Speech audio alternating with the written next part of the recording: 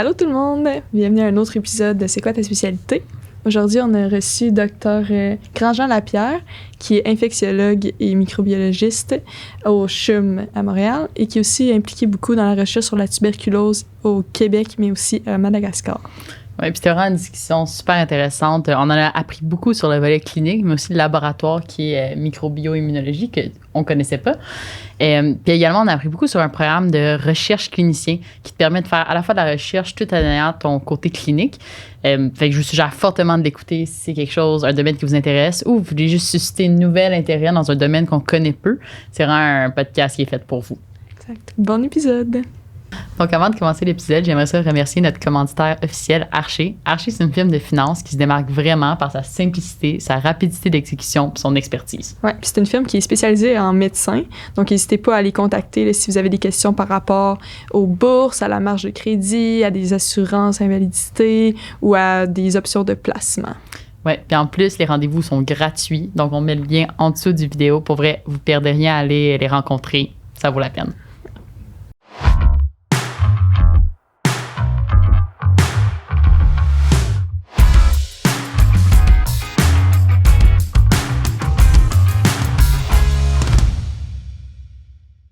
Dr Grandjean Lapierre, merci beaucoup d'être ici avec nous, d'avoir accepté notre invitation. Merci de l'invitation, ça fait plaisir. Donc, pour commencer, on repart comme un peu du début. Là. Okay. Est-ce que vous avez toujours su que vous vouliez aller en médecine ou c'est venu un peu plus tard dans votre vie? Pas du tout. Moi, j'ai jamais su de façon convaincue que ce que je voulais faire, c'était ce dans quoi je suis abouti. Au départ, je voulais pas faire de la médecine plus qu'autre chose. J'ai commencé dans un programme de physique à l'université au premier cycle. J'ai étudié là-dedans. Après ça, je suis revenu vers la médecine. Mais c'était tellement pas planifié qu'il a fallu que je retourne faire des cours collégiales parce que je m'étais enligné dans une track de sciences fondamentales puis pas de sciences santé. Donc, c'était pas du tout prévu. Donc, la chimie bio, il fallait que je la Ouais, c'est ça, des chimies organiques, je pense, puis des affaires essentielles à la pratique médicale. Puis ça vous a pas stoppé, ça, en vouloir appliquer? Vous avez su à ce moment-là que c'est vraiment ça que vous vouliez faire. Vous vous étiez comme, je vais être prêt de reprendre ces cours-là. Puis ça pourrait arrêter plusieurs personnes. Ouais, non, je suis allé un peu avec l'intuition, puis dans ce moment-là, à cette période-là, je pensais que j'allais être heureux dans un programme médical puis dans une pratique. Fait que je me suis lancé là-dedans, ne sachant pas dans quelle branche de spécialité ou de pratique générale j'allais aboutir, mais à ce moment-là, c'était le bon move. Vous êtes rentré à quelle université? Je suis rentré à l'université de Sherbrooke et puis à l'époque c'était une situation un peu particulière parce que c'était l'année où ils ouvraient leur campus satellite. Mm-hmm. Donc il y avait une première cohorte qui était admise à Moncton, une première cohorte à Chicoutimi, puis le campus Sherbrooke. Puis ça a dû changer depuis, mais il y avait tout un système de liste de priorités, de premier choix, deuxième choix. Mm-hmm. Puis dans tout ce détour-là, je me suis retrouvé dans une situation où là, il fallait que je choisisse si je voulais aller à Chicoutimi ou ben non à Sherbrooke. J'avais comme été bumpé là, sur les listes de façon premier choix, deuxième choix, des postes étaient libérés. Puis là, j'ai décidé que j'allais faire ma médecine à Chicoutimi, première cohorte. Donc, c'est ça. C'était comment, ça, l'expérience dans le campus satellite? Tout? Ça devait être une plus petite cohorte, je suppose. Oui, c'était une super expérience. C'était une cohorte de 24 étudiants à l'époque. Je pense qu'ils ont augmenté depuis. Là. Mais ouais, on était 24. C'était un mélange de gens qui venaient d'un peu partout au Québec, de Saguenayens, des gens du Lac-Saint-Jean. Puis, c'est ça, il n'y avait pas de précédent. Il n'y avait pas de... Tout le campus était neuf. C'était une équipe extrêmement motivée, un corps professoral qui voulait vraiment que ça marche, un doyen hyper impliqué. Donc, il y avait vraiment un momentum de démarrage super agréable pour un étudiant. Mm-hmm. Et puis, c'est sûr qu'en contrepartie, il n'y avait pas d'étudiants seniors. Ouais. Donc, c'était un peu nouveau à chaque fois, mais ça fitait avec mon style, je pense. Ouais.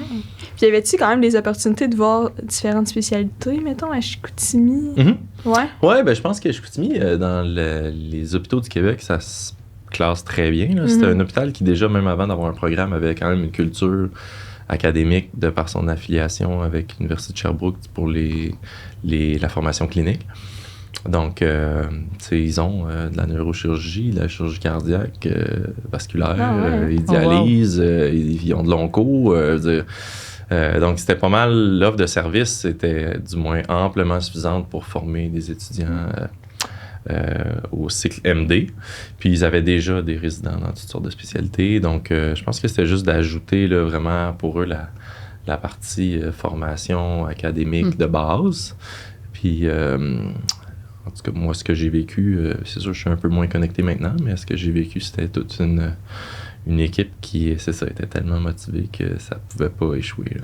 Super. Puis c'est quand pendant votre parcours que vous avez dit « Ah, peut-être qu'il y a une infectiologie, ça m'intéresserait ».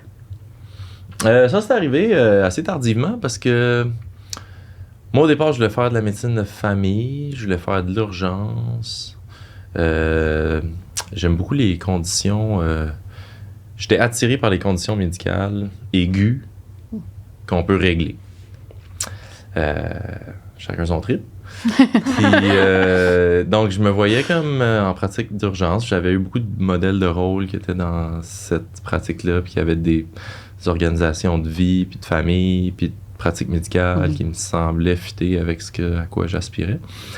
Donc, je me suis lancé dans cette track-là, puis là, j'ai voulu, à l'externat, faire quelques stages optionnels en anesthésie, parce que je me disais, mais si je vais faire de l'urgence, il faut que j'apprenne à intuber les gens, puis mettre des voies centrales, puis ce que tous les urgentologues font tous les jours.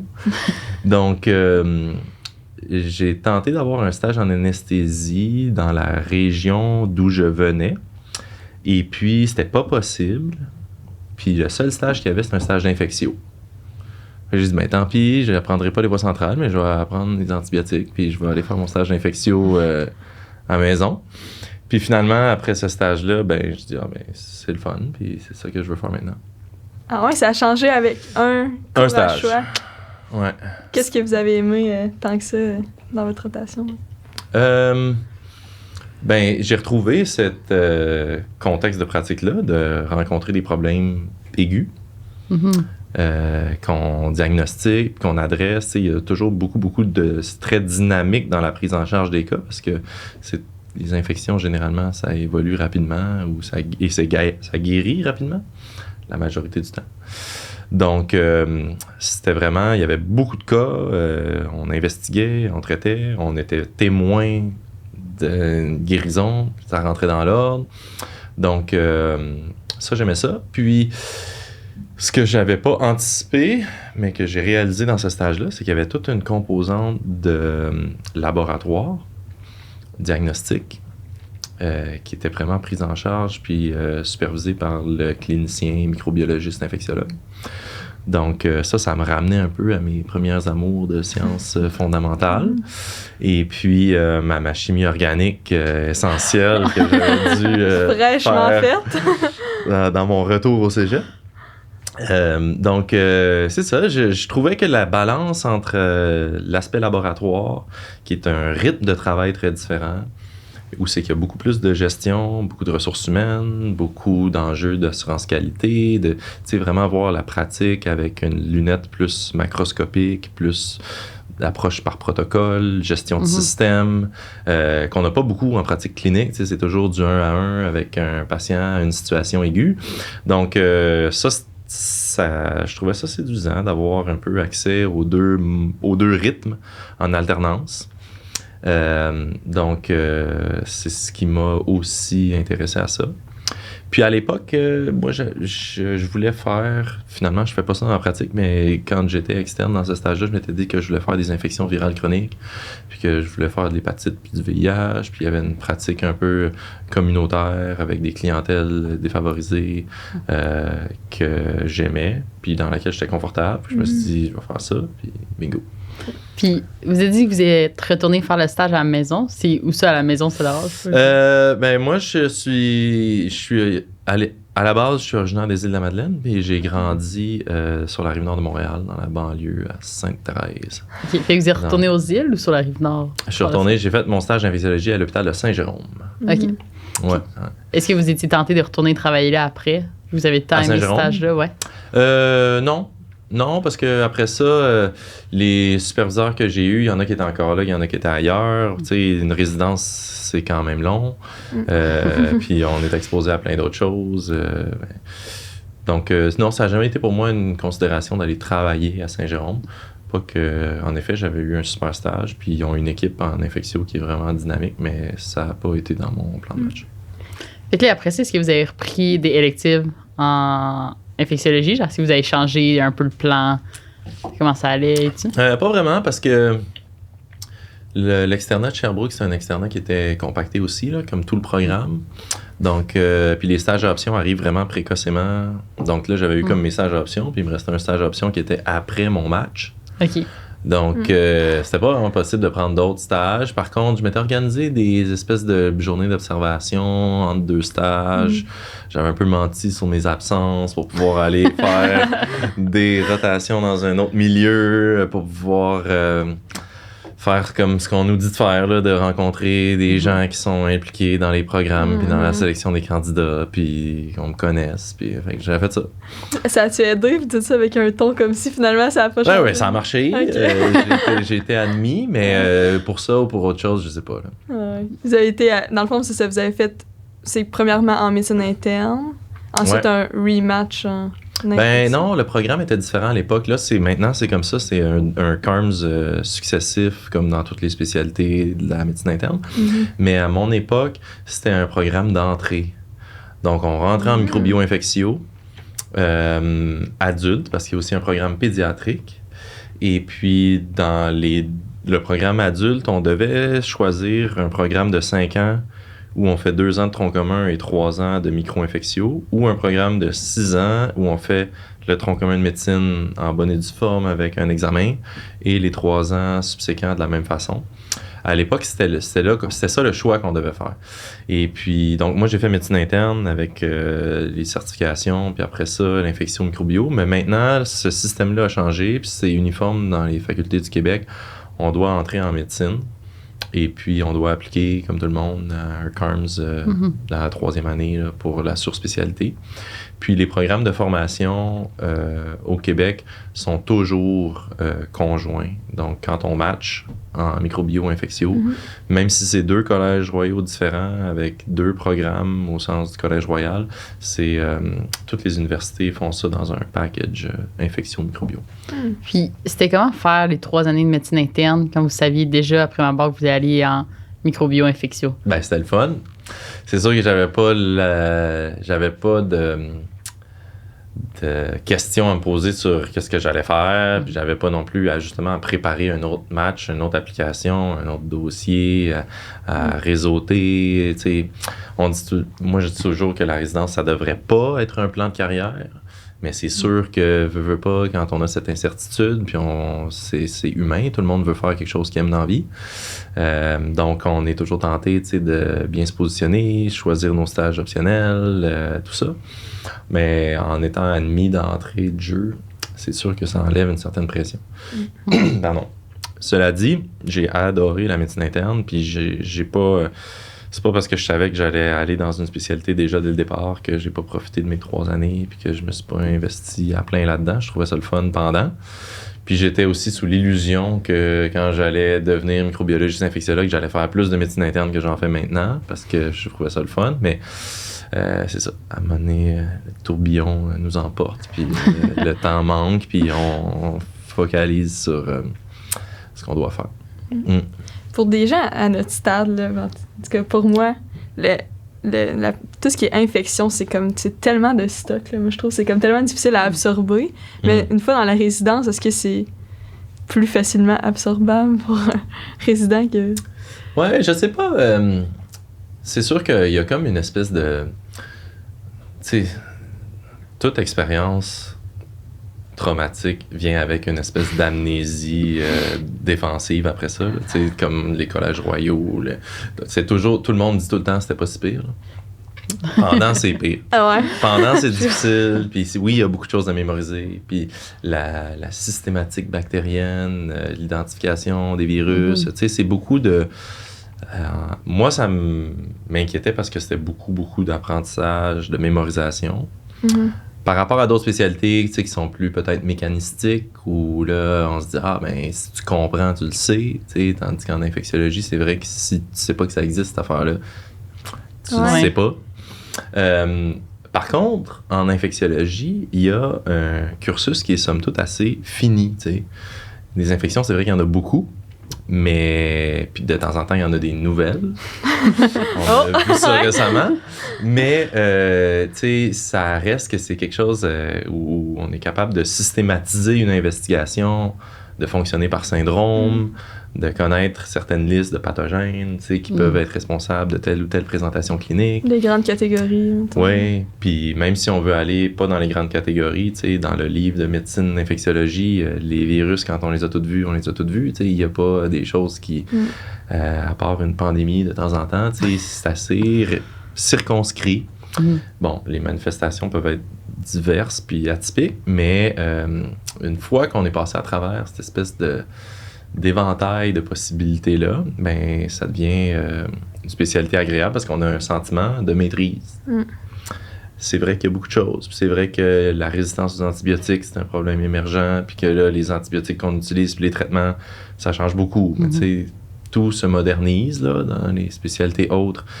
Je parle à travers mon chapeau, mais je suis sûr que maintenant, on prescrit des bêta-bloqueurs que moi, je n'ai jamais prescrit de ma vie. Puis ça fait pas si longtemps que ça, mais c'est ça. Je pense que c'est pire que ça en donne l'impression, ce sentiment de vertige devant l'ensemble du contenu. Ouais. Mais je pense que c'est aussi un peu comme ça dans d'autres spécialités, puis qu'une fois que la période d'apprentissage et d'évaluation surtout est passée, ça n'a pas l'air si pire. Puis souvent, on nous dit qu'il faut aimer le bread and butter d'une spécialité, tu sais, pour la choisir. En infectiologie, c'est quoi le bread and butter? Ben, ça varie beaucoup des centres, hein, parce qu'en infectiologie, on est une spécialité de service, au sens où, tu sais, les patients, il y a des infections acquises en communauté. Tu sais, n'importe qui peut faire une cellulite parce qu'il y a eu un traumatisme en communauté, il y a des ITSS, bon. Mais la grosse majorité de ce qu'on fait en pratique clinique, c'est de la gestion de complications infectieuses, de procédures médicales, de traitements immunosuppresseurs, de chirurgie. Tu sais, la plus grande cause d'infectiologie en centre hospitalier de soins aigus, ça demeure, tu sais, iatrogénique.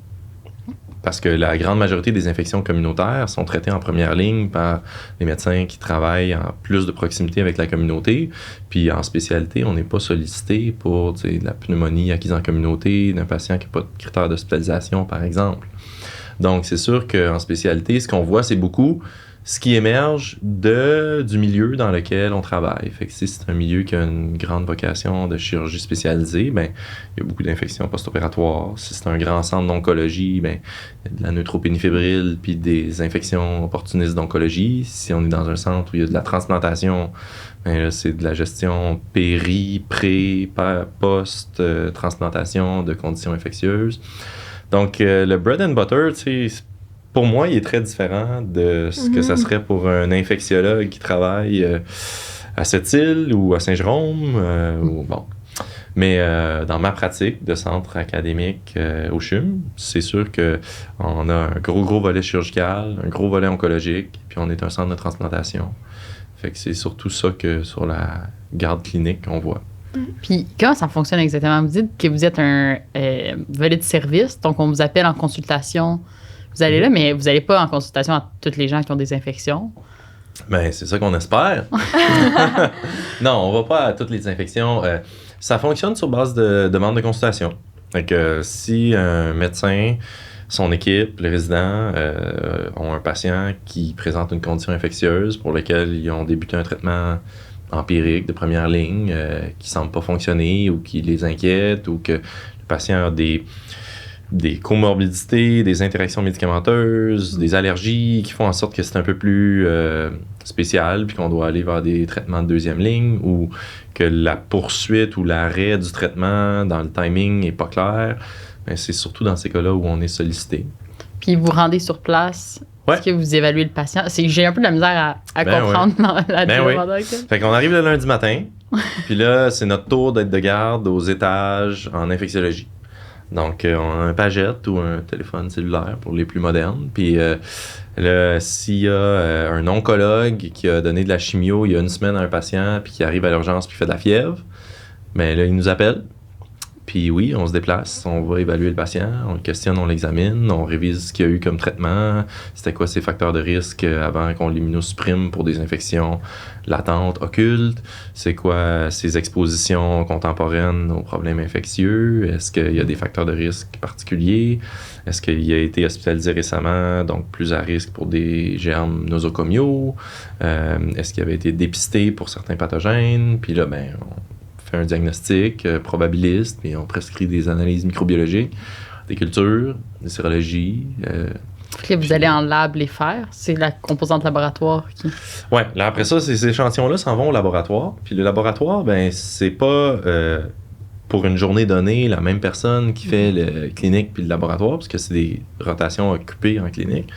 Mais donc au laboratoire, il y a toujours un microbiologiste infectiologue qui est de garde au laboratoire, pour qui le rôle, c'est, dans le fond, de superviser le travail de l'ensemble de l'équipe technique au labo, de répondre aux questions pour des échantillons qui sont inhabituels, pour des souches bactériennes qui sont difficiles à identifier, pour des prescriptions de médecins qui nous envoient des analyses pour lesquelles les analyses doivent être envoyées dans d'autres laboratoires parce que c'est des analyses spécialisées.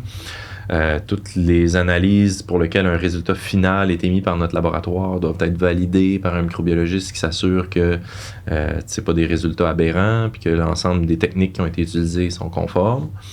Donc, on fait ce travail-là. Puis, ça, c'est vraiment le travail longitudinal au laboratoire. Après, dans un laboratoire, ben, selon l'équipe de microbiologistes, selon la portée des analyses qui sont disponibles, chaque analyse est sous la supervision d'un microbiologiste. Puis on se sépare un peu le travail. Puis on est responsable sur le long terme de mettre à jour ces protocoles-là, de s'assurer avec notre équipe technique qu'ils sont faciles à appliquer, que tout est bien, faire l'assurance qualité, les contrôles. On reçoit des analyses inconnues de laboratoires extérieurs pour tester si on est bon. Fait qu'on supervise ces analyses-là. Puis on fait un suivi aussi d'espèces de vigie des nouvelles technologies dans le diagnostic microbiologique, de ce qu'on doit faire comme développement pour rester à jour, de ce qu'on doit apporter comme changement dans nos modes d'opération pour être plus efficient, être plus performant. Puis quand il y a des choses qu'on choisit d'implanter, ben on fait tout le processus de mise en place là, de nouvelles analyses. Donc dans l'équipe, mettons, d'infectiologie, il doit y en avoir qui sont un peu plus spécialisés dans la partie comme microbio, puis d'autres dans la partie... parce que tu sais, j'ai l'impression que c'est tellement large, partir comme des petites bestioles, là, des petites molécules, jusqu'à comme l'être humain devant nous. Là, tu sais, sûrement qu'il y a comme beaucoup d'opportunités de se spécialiser ou de faire de la recherche là-dedans. Oui. Ben tout le monde doit être capable de répondre à la consultation d'infectiologie générale. Puis tout le monde doit être capable de faire sa semaine au laboratoire où il supervise les technologistes puis il répond aux questions. Puis... Donc, le bread and butter, tu sais, tout le monde est apte. Après, c'est sûr que pour favoriser le développement d'expertise, pour que les gens puissent avoir un peu une niche dans leur pratique, puis qu'on arrime un peu les intérêts cliniques avec les intérêts laboratoires, la distribution des responsabilités est fait en sorte des intérêts, des formations postdoctorales de fellowship de tous et chacun. Donc, oui, il y en a qui sont plus penchés vers certains volets de développement clinique, puis il y en a qui sont plus penchés vers certains volets de développement de laboratoire. Mais tout le monde est capable, en l'absence de l'un et de l'autre, là, de la même façon que tous les cardiologues ne mettent pas des pacemakers. Ouais. Mais tout le monde est capable de faire la consultation à l'urgence. En douleur thoracique, mettons. Exactement. Puis là, parlons-en de votre sous-spécialité. Vous avez fait un fellowship à Madagascar, je pense. Hein? Oui, moi j'ai fait un fellowship. Ma première partie de fellowship était sous la forme d'une maîtrise à Marseille. Okay. Puis ma deuxième partie était sous la forme un peu plus laxe d'une espèce de post-doctorat à Madagascar. À Marseille, j'ai fait beaucoup de laboratoires de biologie moléculaire. Donc, le séquençage d'ADN des mycobactéries, la tuberculose, pour le dépistage de la résistance aux antituberculeux et pour l'épidémiologie moléculaire. Donc, de comparer le code génétique de bactéries ensemble pour savoir si les patients se sont transmis la bactérie. OK. Fait que j'ai fait ça au niveau labo. Puis après, dans ma deuxième partie de fellowship, ben là, j'étais à Madagascar avec un angle plus d'implantation de ces technologies-là dans leur laboratoire de référence, d'intégration de nouveaux outils diagnostiques dans les stratégies de santé publique en tuberculose. Fait que c'est devenu un petit peu plus une approche programme qu'une approche bactérie. Et puis, fait que ça a été ça un peu les deux parties de mon fellowship. Puis quand je suis revenu ici, ben, j'ai maintenu mes activités de recherche, surtout avec le site à Madagascar. On a toujours des projets là, en diagnostic, santé publique, tuberculose. Puis en parlant un peu de la tuberculose, il y a beaucoup de gens, je pense que surtout ici, là, au Canada, pensent que c'est un peu une maladie, pas qui n'existe plus, mais qu'on n'entend pas vraiment parler. C'est vrai, hein? Puis c'est quoi votre opinion là-dessus? Je me dis, si vous êtes sous-spécialité là-dedans, c'est parce que vous devez voir qu'il y avait un manque. Ben c'est sûr, tu sais, la tuberculose, c'est vrai qu'on l'oublie, mais avant la COVID, puis probablement dans le futur aussi, parce que la COVID va se tomber à un état d'équilibre, je pense, tôt ou tard. Mais avant la COVID, la tuberculose, ça demeurait la maladie infectieuse qui tue le plus de gens sur la planète à chaque année. Même si on croit que c'est une maladie qui a été éliminée ou que c'est une maladie du Moyen Âge, c'est vrai que c'est une vieille maladie. C'est vrai que la tuberculose a coexisté avec les humains depuis très longtemps, mais on n'est pas sorti du bois, c'est pas une maladie qui est éliminée. Puis même si on a de bons outils diagnostiques et de bons traitements, que c'est une maladie qui est qu'on peut prévenir et qu'on peut guérir, on n'est toujours pas capable d'en venir à bout. Puis là, on a pris, avec le stress systémique qu'a mis la COVID sur nos systèmes de santé globalement, on a pris des années de recul dans notre combat face à la tuberculose. Et donc, c'est un problème de santé publique mondial. C'est une pandémie qui dure depuis très longtemps. Et puis, ici même au Canada, on a encore des cas qui sont reliés à différents facteurs de risque, là, soit de l'immigration, de la transmission. Ici, il y a des communautés du Grand Nord au Canada où il y a encore de la tuberculose. Puis on doit faire mieux pour éliminer la maladie chez nous, puis continuer d'aider tout le monde à l'éliminer chez eux. Les solutions, ou comme les solutions ou les problèmes, là, ou les deux, c'est surtout au niveau, justement, santé publique, accès aux soins, mettons, ou aussi au niveau, justement, des traitements, plus au niveau microbio? Ouais, je pense que les traitements sont bien connus. C'est sûr que c'est des traitements qui demeurent assez longs, puis qui peuvent avoir de la toxicité, puis qui nécessitent un suivi rapproché. Mais on a les ressources pour faire ça ici au Canada surtout. On a des médecins, on a l'expertise, on est capable d'offrir des soins de grande qualité, autant au diagnostic qu'au traitement. Je pense en effet qu'on doit être meilleur pour être plus proactif dans le dépistage, pour faciliter l'accès, pour s'assurer que les gens sont en confiance avec notre système de santé et puis que notre système de santé est en confiance avec les populations puis qu'on est capable, dans tous les contextes, d'avoir des soins optimaux qu'on peut offrir à tout le monde. Mais il persiste des inégalités au Canada. Voilà. Puis pourquoi Madagascar, c'est comme un site où est-ce qu'il y a un intérêt là-dedans? C'est parce que justement, c'est surreprésenté en termes de tuberculose? Ben, pas vraiment. Madagascar, ben, pas vraiment. Beaucoup plus qu'au Canada, évidemment. Mais c'est un pays qui ressemble dans son profil épidémiologique de tuberculose à beaucoup de pays d'Afrique subsaharienne où il y a beaucoup de tuberculose, pas énormément de résistance aux antituberculeux, pas énormément de co-infection VIH, mais beaucoup de tuberculose. Et donc, puis pourquoi? Ben parce que moi, à l'époque, quand j'étais dans cette période de fellowship, j'avais une opportunité d'aller travailler là, puis il y avait un programme qui était aligné avec mon progrès dans ma formation, mon intérêt. Donc, je suis allé travailler à Madagascar, puis une fois que j'ai développé un réseau, que je me suis intégré avec des institutions de recherche, des partenaires localement là-bas, puis que le besoin est toujours présent, ben c'était un no-brainer de continuer le travail. Est-ce que vous y allez encore une fois de temps en temps? Ben oui, je suis revenu vendredi. Donc, avant qu'on soit en pandémie, mon plan, c'était d'être là 2 à 3 fois par année. Là, j'ai pris une longue pause, mais je reprends du service, là. Donc, normalement, pour la supervision de toutes les activités de recherche, maintenir cette espèce de lien-là avec l'équipe, puis avoir l'opportunité de pouvoir planifier nos activités, puis analyser nos données, puis un peu faire une espèce de réflexion sur ce qu'on est en train de faire. Je trouve que c'est pertinent de faire ça en face à face avec les gens. Et donc, je suis là, c'est ça. Si possible 2 fois par année, mais en Teams à toutes les semaines. Puis comment ça fonctionne avec votre emploi au CHIMS? Est-ce que c'était une entente quand vous êtes fait engager que vous aviez de la recherche à Madagascar, puis de temps en temps vous allez partir? Ou? Pas vraiment. Moi, c'était comme un peu mon choix de spécialité. Je voulais pas faire ça avant de partir en fellowship, tu sais. Puis c'est pendant mon fellowship que j'ai développé cette espèce de passion-là pour de la recherche, puis que je voulais continuer, puis que j'avais des projets en cours, puis des collaborateurs, puis ça semblait intuitif que ça pouvait fonctionner. Mais une fois que je suis revenu, réussir en recherche clinique, c'est difficile.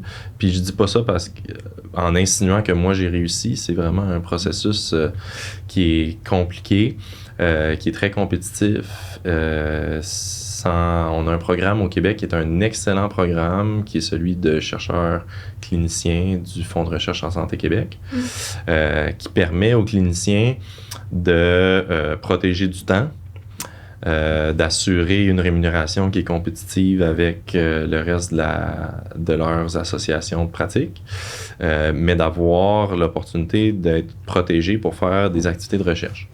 Donc, c'est un des meilleurs statuts que je connaisse au monde pour faire de la recherche. Par contre, c'est un programme, évidemment, comme ça implique des subventions publiques, qui est un programme compétitif où on doit soumettre des programmes de recherche révisés par des comités de pairs qui doivent évaluer si les candidatures puis les thèmes de recherche proposés sont pertinents, sont bien structurés, ont du potentiel. Et donc, ça fait que c'est quand même un long processus, mais c'est un programme qui, une fois en place, aide énormément les gens à faire de la pratique de clinique et de recherche. Parce que la clinique, c'est très demandant. Ouais. Puis si les balises sont pas vraiment bien établies, c'est difficile de pas toujours devoir travailler plus, puis ça empiète rapidement avec la vie extra-professionnelle. Mm-hmm. Ce programme-là, est-ce que vous devez réappliquer à chaque projet de recherche, à chaque année, ou c'est comme une fois que vous êtes appliqué, vous êtes rentré dedans, puis vous êtes là pour X nombre d'années? Oui, c'est des cycles de 4 ans. Donc, ça commence par ce qu'ils appellent un junior 1. Donc, une fois qu'il y a certains critères d'éligibilité, on doit appliquer dans un certain laps de temps après la complétion de la formation pour pouvoir faire une transition. Puis là, une fois qu'on a quelques chances, je ne me souviens plus toutes les règles, mais bref, une fois que le programme subventionne la carrière de clinicien-chercheur, ben là, c'est une enveloppe de 4 ans. Puis après ça, après 4 ans, ben, il faut réappliquer en effet. Puis les critères sont différents parce que le programme s'attend à ce que dans la carrière de clinicien-chercheur, ben, il y a certains éléments qui sont propres à un clinicien qui débute. Puis il y a certains éléments qui sont plus attendus de quelqu'un qui est en milieu de parcours. Puis en fin de course, ben, il y a certains éléments où on devrait avoir plus de réseautage, plus de supervision, plus de translation vers certaines politiques puis d'intégration avec nos systèmes de soins. T'sais, on passe un peu vraiment du paradigme là, d'avoir un bon projet de recherche puis une bonne formation vers avoir construit un bon programme de recherche qui fait ses preuves puis qui a des répercussions au niveau des applications médicales ou de santé publique. Là, ça prend quand même beaucoup d'efforts, là, j'ai l'impression. Fait que, mettre beaucoup d'efforts là-dedans, plus beaucoup d'efforts en clinique, c'est comment de gérer ça? Ben, il faut accepter qu'on ne peut pas être le meilleur dans tout le temps, puis sectoriser. Puis si c'est 50% clinique puis 50% recherche, ben et quand il va y avoir un autre cycle, puis à un moment donné, on va retomber dans le 50% clinique, puis on sera rendu là, puis on va retomber dans le 50% recherche, puis on sera rendu là. Mais à la fois en clinique, parce que des patients puis des demandes de consultation, c'est sans fin. À la fois en recherche, parce que de la connaissance, puis des nouvelles idées, puis des projets, c'est sans fin. Il faut développer une forme de résilience, puis être serein avec le fait que quand arrive l'heure, ben tout n'est pas terminé, puis ça continue demain. C'est comment votre aussi conciliation travail et vie personnelle, tu sais, non seulement pour vous, mais aussi pour ceux vos collègues, mettons, en infectiologie que vous avez pu observer? Ben, je pense que, règle générale, on est une des bonnes spécialités pour concilier une vie familiale. On est une spécialité de service, on n'a pas de lit d'hospitalisation, donc, puis on a des gardes, tu sais, qui sont chacun son tour, là, mais on n'est pas une spécialité où les gens vont appeler beaucoup pendant la nuit. On est une spécialité où, quand on est là, c'est sûr qu'on finit tard, mais on fonctionne par rotation, chacun son tour. Puis après, ça dépend beaucoup des groupes. Mais je pense que moi, j'ai la chance d'être dans un groupe où il y a beaucoup de... on est beaucoup, donc il y a plus de marge. Puis on est un groupe qui est assez bien tissé, puis qui est conciliant, puis se donne un coup de main. Fait que chacun a sa situation personnelle, familiale à lui, mais au final, je pense que tout le monde trouve pas mal son compte, puis il n'y a pas de frustration de fond là, sur le fait que la spécialité en soi, puis notre modèle d'organisation de pratique inhibe certains choix ou certaines réalités personnelles. Si vous aviez attiré des étudiants dans votre spécialité, c'est quoi le message que vous donneriez en tant que tel? Ben, je dirais qu'il faut vraiment être passionné par cette dynamique, justement, de trouver l'infection, trouver l'antibiotique, puis faire le suivi. Il faut vraiment aimer le contenu, parce que après, dans l'organisation de pratique, que ce soit dans une spécialité ou dans une autre, il y a tellement d'imprévus puis de variabilité. La seule certitude au moment de faire un choix, c'est le contenu de la science. Puis on ne sait pas comment va évoluer notre condition de pratique, on ne sait pas comment vont évoluer nos groupes. On peut faire un choix sur la base d'une spécialité pour un modèle de vie, mais avoir un collègue qui tombe malade, puis soudainement, c'est pas ça. On peut faire un choix sur... tel geste, puis finalement, il nous arrive quelque chose, puis on peut plus le faire. Tu sais, il y a beaucoup d'imprévus. Donc, si, au départ, on est sûr qu'on est passionné par vraiment le contenu de la question scientifique de cette spécialité-là, c'est virtuellement la seule chose qui va nous suivre, tu sais, jusqu'à la fin de notre carrière. Donc, puis ce que je conseillerais à tout étudiant, c'est de ne pas se laisser décourager ou de se laisser encourager par des facteurs tels le nombre de postes, c'est quoi les PEM sur le plan quinquennal, ces choses-là. Même moi, je suis très tôt dans ma pratique, mais quand je me compare avec mon entrée en résidence, c'est plus les mêmes spécialités qui sont hautes, c'est plus les mêmes spécialités qui sont en pénurie, c'est plus les mêmes spécialités qu'on a besoin absolument critiques, c'est plus les mêmes gens qui quittent le Québec parce qu'il n'y a pas de poste. Tout ça change tellement vite que c'est pas des bases sur lesquelles on devrait prendre une décision de carrière. T'sais. C'est un point de vue intéressant. Des fois, on est comme dans la roue qu'on entend tellement autour de nous qui exactement. C'est dur de se laisser influencer par ça. Mais... Présentement, en infection, on est dans une phase où c'est très, très, très restrictif. On a 3 postes de résidence au Québec par année. Alors que quand moi j'ai été admis, on avait 2 ou 3 par faculté par année. Donc, tu sais, on est passé de 8, 9, 10 par cohorte à 3 par cohorte. Puis quand on se questionne là-dessus, puis qu'on en parle entre collègues, j'ai des collègues qui sont plus seniors qui me disent « Oui, mais moi, j'étais le seul résident au Québec. » Puis après ça, il y en a d'autres vagues, de d'autres générations. Ils disent « Ouais, ben nous autres, on était plein. » Donc, tu sais, il y a toujours, avec le fameux plan de PEM, une espèce de retour du balancier qui est tout le temps décalé puis jamais adapté à la situation maintenant. Mais c'est pas fixe, ces choses-là, tu sais. Puis entre le moment où on est en externe puis le moment où on va faire un match au CARMS, même si c'est juste 4 ans, tout peut changer. Donc, si on est convaincu que sur le fond, on aime ça, il faut y aller. Puis moi, j'ai aussi une question un peu par rapport à tout ça, mais c'était comment vivre la pandémie de la COVID-19 en tant que microbiologiste infectiologue? Il me semble que dans votre entourage, vous avez dû vous faire harceler de questions. Ben, ça a été vécu différemment par tous et chacun, mais je pense que tout le monde, comme infectiologue, comme microbiologiste, comme spécialiste du diagnostic de la COVID, comme personne ressource pour les modalités thérapeutiques émergentes, comme spécialiste de prévention des infections pour toutes les décisions qui devaient être prises dans un contexte de soins aigus, soins communautaires, pour lesquels il n'y avait pas de science au départ. Tout le monde est passé par toutes les gammes d'émotions. Au début, il y avait une espèce de fébrilité. Puis beaucoup de gens nous disaient ça, « Ah, mais toi, tu es infectiologue, ça doit être ton rêve de vivre une pandémie. » Non! Personne vivait son rêve, personne souhaite ça, personne... c'est sûr qu'on a été très, très sollicités. Puis dans les moments où on assumait un rôle central dans la prise de décision, puis qu'on voit qu'il y a des choses qui se mettent en place, puis qu'il y a une plus-value, puis que ça mène à du positif, c'est sûr que c'est gratifiant. Mais en même temps, la charge de travail, comme pour beaucoup d'autres, les médecins hospitaliers, les médecins de soins intensifs, c'est sûr que quand je commence à nommer, je vais en oublier, mais tout le personnel médical dans toutes les ressources humaines d'un centre hospitalier, là, peu importe le rôle, les gens ont été surtaxés. Puis cette espèce d'empathie, puis d'altruisme, puis de désir de s'impliquer a été vraiment poussé à sa limite parce qu'il n'y a pas de fin.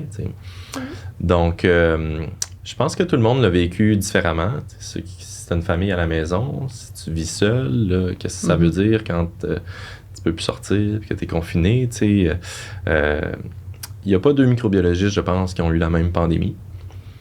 Et puis, je pense qu'il n'y a pas de microbiologistes qui n'ont pas travaillé extrêmement fort. Puis, je pense pas qu'il y a de microbiologistes qui n'ont pas eu un impact positif sur notre réseau.